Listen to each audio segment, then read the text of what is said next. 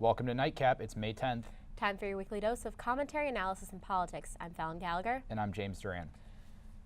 And this was the front page of yesterday's New York Times after President Trump announced the United States' withdrawal from the Iran deal. The announcement came ahead of Trump's self-imposed May 12th decision deadline, but this is one of Trump's most predictable moves yet. But before we discuss this, I want to go back and unpack the nuts and bolts of the Iran deal itself. So the Joint Comprehensive Plan of Action, or JPCOA, as you might have heard it, is more commonly known as the Iran deal. It was reached by the Obama administration in 2015. Iran agreed to limit its centrifuges and uranium enrichment, as well as allow international inspections of its nuclear facilities. In return, the U.S. and its allies would remove crippling sanctions that had been hurting the Iranian economy. The deal's been controversial, to say the least, and Trump actively campaigned against it in 2016. It's important to note that the deal's design makes it impossible to pull out, but now the U.S. will reimpose sanctions on companies that do business with Iran. These companies now have 90 days from Trump's announcement the other day to cut ties, and 180 days for oil and gas companies. James? And Fallon, an important detail, not a treaty, signed essentially as an executive order, and so not quite as durable, I think, as President Obama would have liked. And unlike some Republican politicians and commentators, looking at you, Jennifer Rubin, I have not changed my mind on this. It's always been a bad deal. It was a bad deal during the campaign. It's still a bad deal. And I'm glad, in general, that President Trump acted to do what he could to pull out of our obligations to the deal. The problems with the deal, in my opinion, were significant. We're going to hear from our panel in a moment, but inspectors were not granted access to key military installations, which is a huge problem. It frankly enriches a brutal country, a brutal regime that has funded terrorism across the Middle East, that has killed U.S. soldiers, allied soldiers, as well as innocent civilians across the region. And it lacked snapback sanction provisions that included sunset clauses that effectively allow Iran to now quickly restart its program and would have allowed them to redevelop a program within the deal's parameters after only a few years. The fact that Iran's now saying, Fallon, that they'll be able to start enriching uranium again in a matter of weeks is probably propaganda, but if it's not, it kind of begs the question, how successful were we in this deal if they're able to ramp up again in a couple of weeks? But as we discussed, I think overall the administration's decision is a little half-baked. As you mentioned, you can't actually pull out. All we're doing is reimposing our sanctions, but we didn't consult with, and frankly, we're on the wrong side of this issue in terms of our international allies who have to impose their secondary sanctions in order for our sanctions to have any bite. It's unlikely they're going to cooperate, and they all have to cooperate, or else this announcement, frankly, is a little bit pointless. You tell them. I also forgot to say, I like this vest that you're wearing. I thought you would comment on it sooner, but I forgot. Joe Scarborough, is that you? No, he wears the full sleeves. But want to go to our panel on this. Yeah, let's bring our panel in. We're joined tonight by Cami Steppi and Matt McPartlin. And Matt McPartlin actually interned in the Obama White House, which was the administration that passed this deal. But Cami, I want to come to you first. What are your general reactions to President Trump's decision to pull out of this deal? As was mentioned in the beginning, it's not a surprise. It was something that he campaigned on and something that I think nobody really should be shocked about at all. Sure. The deal is definitely weak in its negotiations. Additionally, we've seen Trump in his conversations with North Korea. People thought that he was too tough and that his actions with North Korea would cause another nuclear war. And here we see that with North Korea specifically, we see that it's working to bring peace, hopefully, rather than war. And so that's what he's doing here as well with Iran. He's really coming in with these tough negotiations, which is what we needed, because we cannot have this unverifiable nuclear agreement when we're not allowed right now to go into Iran and look and actually see that they're not making any nuclear weapons. There's military sites, exactly.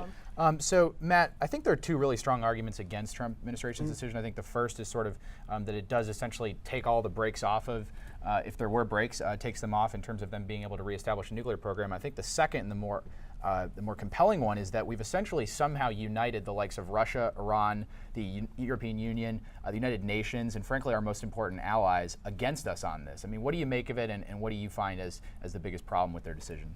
Well, I think the toughest decision when it comes to that deal is kind of Trump's agenda on running against everything that Obama heralded as an accomplishment. And Obama, as president, tried to become this, united world front, is very involved in the EU, United Nations, and basically anything that Obama viewed as great, Trump views as completely the opposite. So going back from that, you see under Obama we had flourish or great relationships with Germany, Britain. We were in a rocky place with Russia, as we always have been, but there was that chance for the conversations and actions were being taken. So I think failing to uphold our end of the bargain, a bargain that we made as a country to Iran and the other parties involved, is very tough for us, and it only makes us look a little bit weaker. And how are our allies supposed to believe in the words we say if we can't follow our words with action? So it's definitely tough across across our allies. Right, and what I'm supposed to ask you is this question that I've been hearing on cable news, which I find so annoying, which is that essentially we're trying to simultaneously negotiate with North Korea, and because the Trump administration pulled out of a deal that the Obama administration negotiated and wasn't a treaty and verified by Congress, as a result, we suddenly have no credibility with North Korea. Cammie, make sense of that in the context of 3 hostages being freed from North Korea last night. Makes sense in the context of the meeting being announced. Why do people think this is an argument, given that it seems by all accounts, and we don't know how it's going to go, it seems by all accounts that it's going pretty well so far in North Korea? Right. Well, I would agree with that. I think in the past we've seen North Korea use their prisoners as a bargaining chip. And I think it's a really good sign that they've let out these 3 prisoners before we have this meeting, because they're not able to use those prisoners as a bargaining chip. And those prisoners are coming home and thanking Trump and all who supported him and all who supported these conversations with North Korea. So I think we're seeing good change. We're not seeing that we're losing our credibility. I think that it's working. No, I think that's a good point. And Fallon, I just want to let the record show really fast that I was not the author of that cable news question, as you just insinuated. I've just been hearing it all over the place.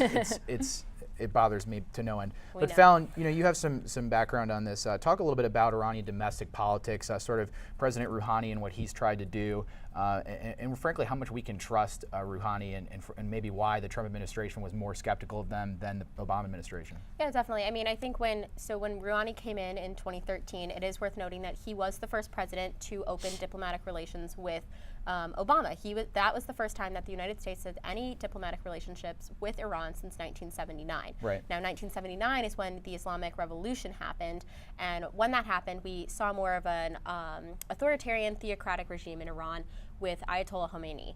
And we had the hostage crisis, and our relationship has been tense. Now, the way that it works in Iran is there definitely was an opening when we saw Rouhani come in, especially after Ahmadinejad, who was more of a hardliner. We see these hardliners and these more moderates, and Rouhani is definitely more of a moderate, but it's still not a regime that can be trusted. I mean, personally, my grandfather is from Iran, and he is a big advocate for this he was a big Rouhani. No. Okay. He is actually very proud of Trump for pulling out of the I think that's Iran an deal because important, he doesn't observation. trust his own country. No, I think that's an important observation. And, Matt, I know you probably don't want to hear this question, but I have to bring it up because it's something that riles me up. It's something that riles up a lot of people on the right. Do the Obama alumni have a ton of credibility in the context of that sort of infamous Ben Rhodes piece or the New York Times Magazine piece about Ben Rhodes, in which he sort of gloated that he had created this media echo chamber in terms of pushing out talking points and having journalists that weren't super experienced on foreign affairs regurgitate those? So I think it's definitely something that is fair to question. I think especially under the Obama administration, and even we'll look at now later in the segment we talk about the director of the CIA. Things have definitely changed a ton over what we knew and what we thought was the gospel law of under Bush and now under Obama. Everything has changed completely. The digital age of a presidency had never really happened before. So I think it was fair. I think Ben Rhodes' comments on creating the echo chamber was fair because at the time that was the best strategy to get their piece of legislation passed, and that was the work they wanted to do, and that was them making most of the situation they had at hand with those young journalists. So I think it was fair at the time, and it helped get this piece of legislation passed that wouldn't really have gotten passed had there not been that kind of public support from journalists and people that they could count on to pass their word. So I definitely think it's fair to criticize, but I also think it was definitely important for them to use to be able to get this accomplished. And maybe the best strategy, but not the best strategy to put in the New York Times Magazine.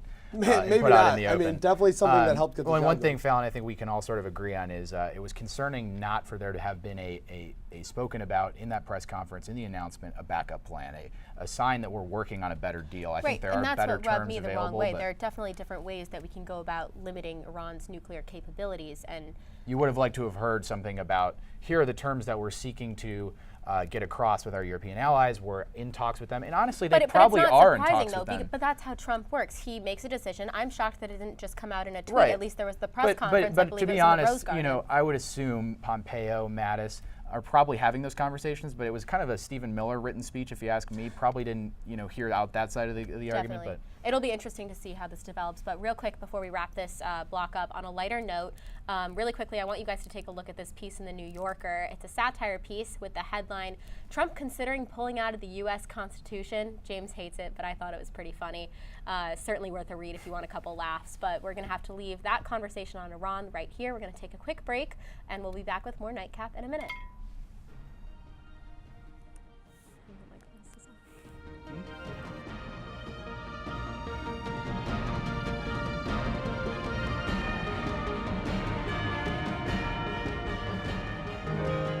At Northwestern, we're Wildcats in every way.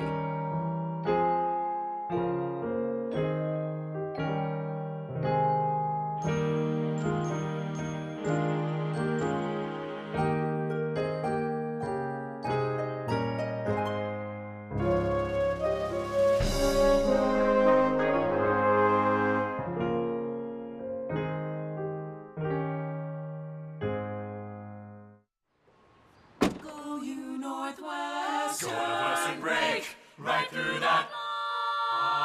With our colors flying, we will cheer you all to go. Go you Northwestern, fight for victory, sweet victory, spread for the fame of our fair name, and go Northwestern, win that game.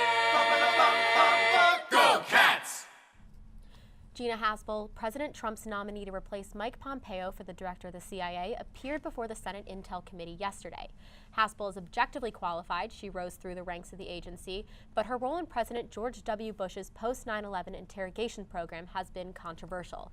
Senate Democrat Joe Manchin announced yesterday he would support her, but after Republican Senator John McCain announced he would vote against her, which is fair, he was a prisoner of war during Vietnam and tortured there. Haspel's path to confirmation is thorny now. If confirmed, though, I would like to note that Haspel would be the first female director of the CIA, which I think would be pretty cool. Absolutely.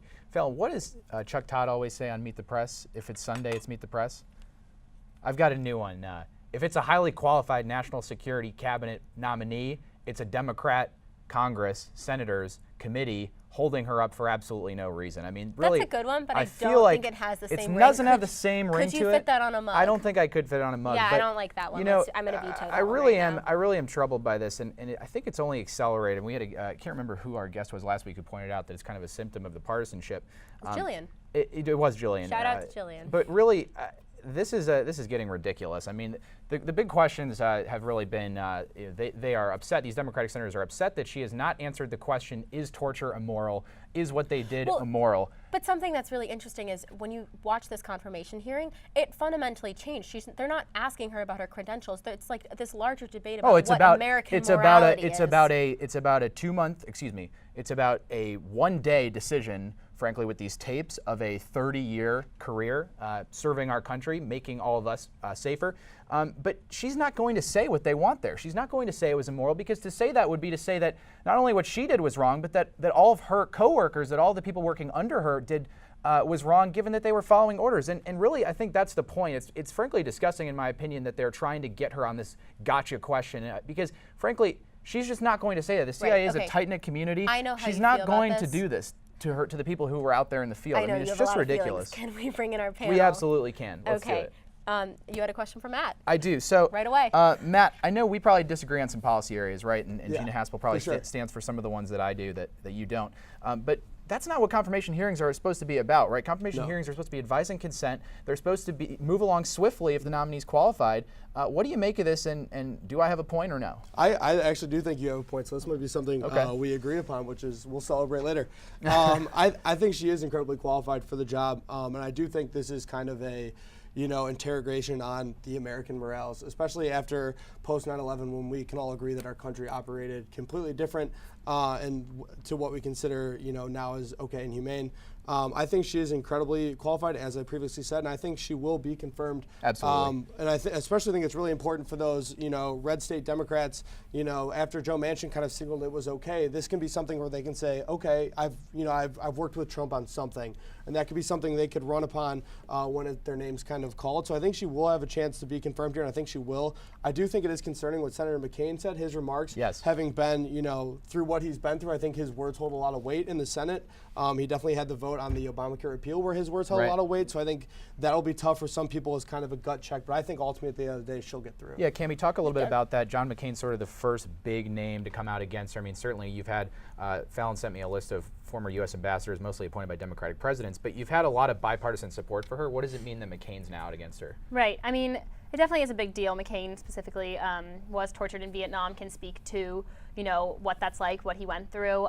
But again, as we have come back to it, our country after 9/11, as you said, was a different place, a different time. And I don't really think that it was all up to Haspel on making that decision to to torture those And just people. quickly, Matt, one of the things that's really struck me is she did answer the more important question, which was, will you reinstate this program ever as CIA director, to which she gave a forceful no. That somehow is not making the headlines. I mean, why is that? I don't really understand it personally. I personally think that answer is very important, and I hope if she is, appointed, that is the stance she takes. Right. Obviously, it's, I'm sure, incredibly hard to say no to the president if you were to order something, and that's something Trump's been on record of saying he would encourage and try to bring back, which is incredibly unfortunate in my opinion. I don't know why. I think it's mostly because that, that headline of her not going back on the torture practices is kind of, it plays in the media, and it's definitely something that Democrats want to play Fortunately, on. the Justice Department will have to sign off on that too, so we'll see about that. But Fallon, you Certainly. And Cami, I want to get your opinion. Now, I would have liked it if we had a visual of this. James was supposed to bring in a copy of last week's Wall Street Journal. But there was a great piece from two first Bush and Reagan Justice Department lawyers who were writing about how it is unfair to hold Gina Haspel accountable for this. And she tried to withdraw her nomination because Congress was going too far. We were talking about the partisanship. Why do you think any nominee in the future would subject themselves to this kind of a process? We're seeing it with Haspel. We saw it with Pompeo. Who's going to want to do public service anymore? Right. I think it's really difficult, especially it's part of the partisanship. And I think that had Hillary won, had Hillary been nominating Haspel, everybody would be like, great, we have a woman nominating another woman. And I don't think there would be any question about her background or anything. I think we would say this is an American hero who was saving lives at 9/11. And because Trump is the one that's nominating her, we have all of these problems and all of these things that we're talking about, when honestly, everybody has made these decisions in these critical times, and people can regret them, and that's okay. And we need to focus on how she literally is an American hero and has climbed up the ranks and been in the CIA her whole career, and that's what we should focus on, not everything else. Right, and I think, sorry, go ahead, Fallon. Well, I was just going to say, I'm curious to see how the Senate actually does vote on her, but we wanted to turn really quickly because there was some breaking news this morning coming out of the Russia investigation. We found out that Democrats on the House Intel Committee, including Representative Adam Schiff, who was actually on our show a couple weeks ago, released 3,500 Facebook ads purchased by Russian agents during the 2016 election. The Internet Research Agency, actually a Russian troll group indicted by Mueller in February, released these ads between 2015 and 2017. The ads touched on hot button campaign issues like race, the Second Amendment, gay rights, and Islam. James, I know you have a lot of thoughts on this, and I believe some insider information. Well, I wouldn't call it insider, but some important information that I think a lot of people don't understand. A lot of big language around this from Adam Schiff in particular. These ads are mostly terrible content-wise, first of all, but I think what's more important is frankly that the strategy behind it was lacking, to say the least. So we talked with our Skype guest last week, Eli Ulinet, who does Facebook ads for a living, and he said that in terms of the size of the ad buys, it's really laughable how much money was spent on these in terms of it really could not have swayed that many voters because it didn't reach that many voters. Per Eli, digital firms spend in the 6 figures on a single congressional district. The Russians were trying to target an entire state, in some cases the whole country, with $400 ads. He also pointed out how broad the targeting was, Fallon, in terms of it's even less effective to spend such a paltry amount of money. And frankly, for me, overall, I think this narrative that Russian internet operations swayed the election is pretty laughable. You talk about Wisconsin, they only spent 2,000. Michigan, they only spent 800. Pennsylvania, they only spent 300. Clinton and Trump campaign spent $80 million on Facebook alone. Okay, but that said, though, obviously they didn't sway the election, but it's the principle of it. The Oh, principle the principle that a is foreign scary. The government is principle is engaging scary. and can get on our Absolutely. social media networks and create these fake pages that people see. That's the problem with this. The principle is very frightening. I don't care if it's $400 or 6 figures. It's the fact that Well, I just wanted- these Russian trolls, which they self-proclaim themselves as trolls, Right. are interfering in our election Yeah, I just system. sort of want to dispel the notion that they did sway the election, when, Right. particularly when you look state by state. And frankly, when people use the word sophisticated, I think it's appropriate in the context of the indictment documents, right? They sent Russians over here to collect intelligence they brought back to Russian agencies. That is sophisticated. These ads are not sophisticated. Okay, is that your final word on that? I think it is. All right, well, we're going to take a quick break, but if you're enjoying the conversation, you can follow along on social media at NightCAP NU. And if you're really enjoying the conversation, you can slide into our DMs like Matt McPartland did to join us at the round table. Only a couple more episodes left, Fallon. Yeah, I think we're only 3, but we'll be back with more NightCAP in a minute. Stick with us. I feel good. Still there, Bussy?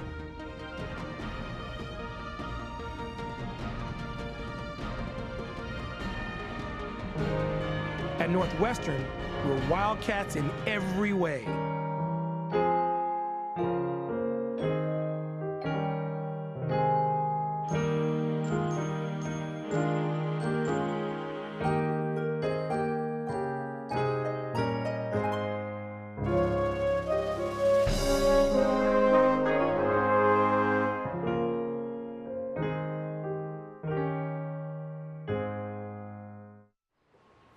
Go you Northwestern. Go Northwestern, break right through that.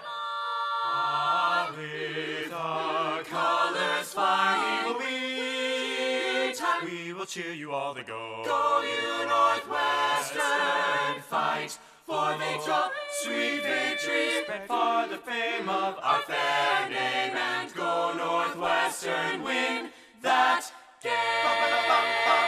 Go Cats!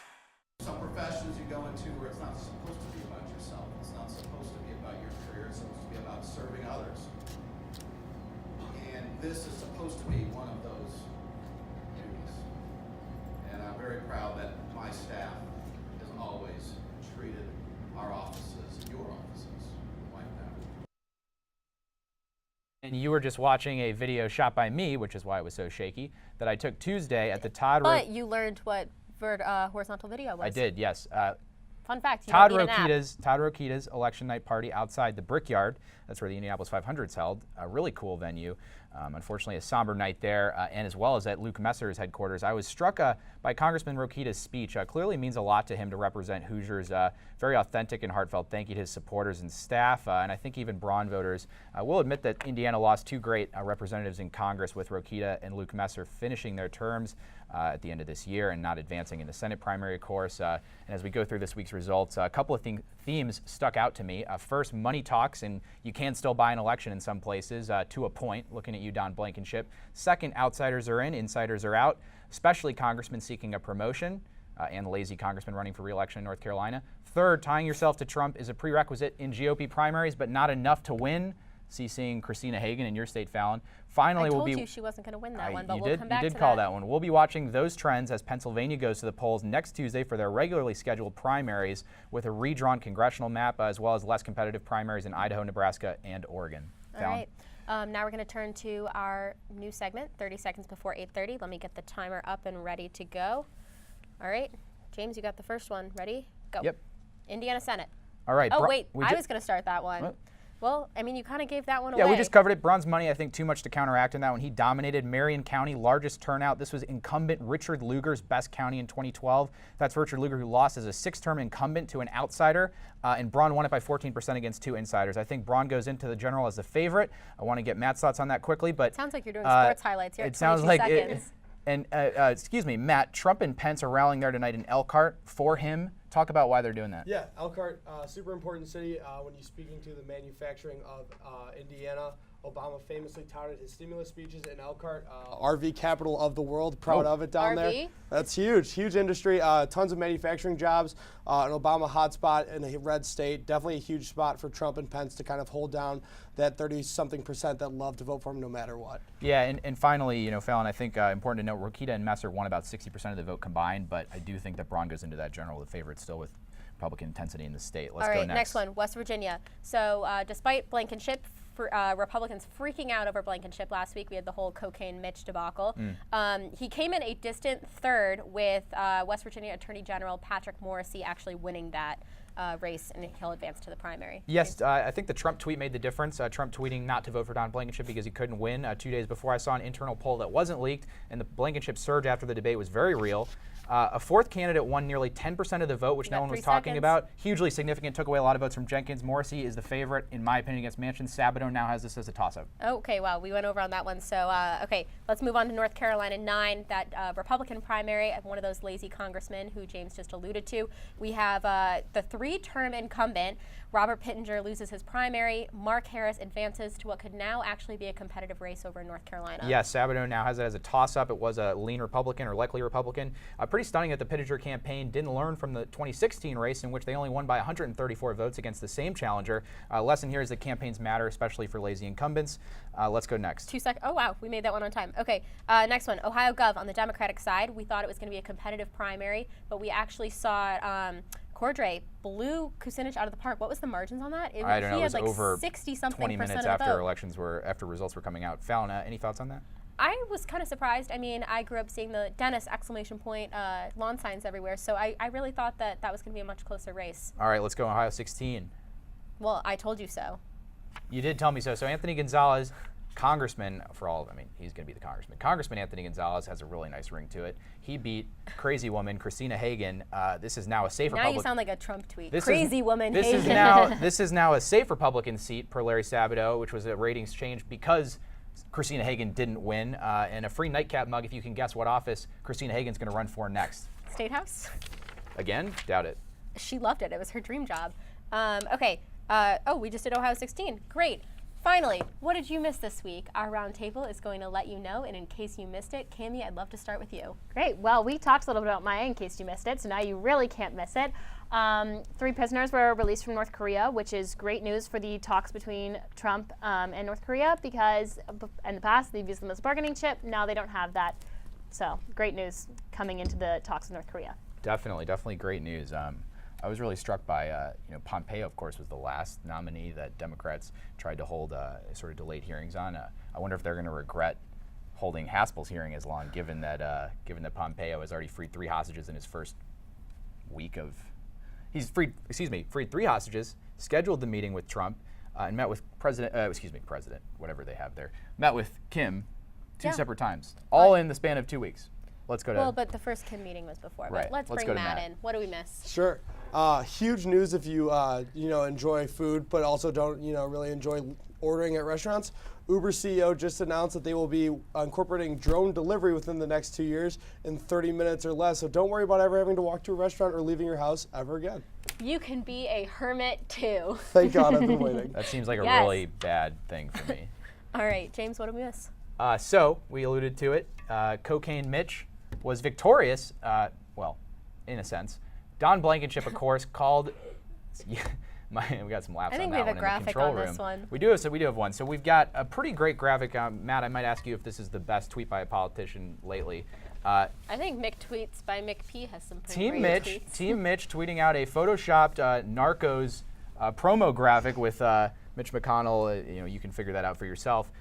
Because Don Blankenship, of course, as Fallon mentioned, came in a distant 3rd place in West Virginia, despite making some very bizarre and racist comments about Elaine Chao, Mitch McConnell's wife, as well as calling Mitch McConnell Cocaine Mitch for some reason. He strikes me as the last person to ever do cocaine in the world. I'd call him a narc.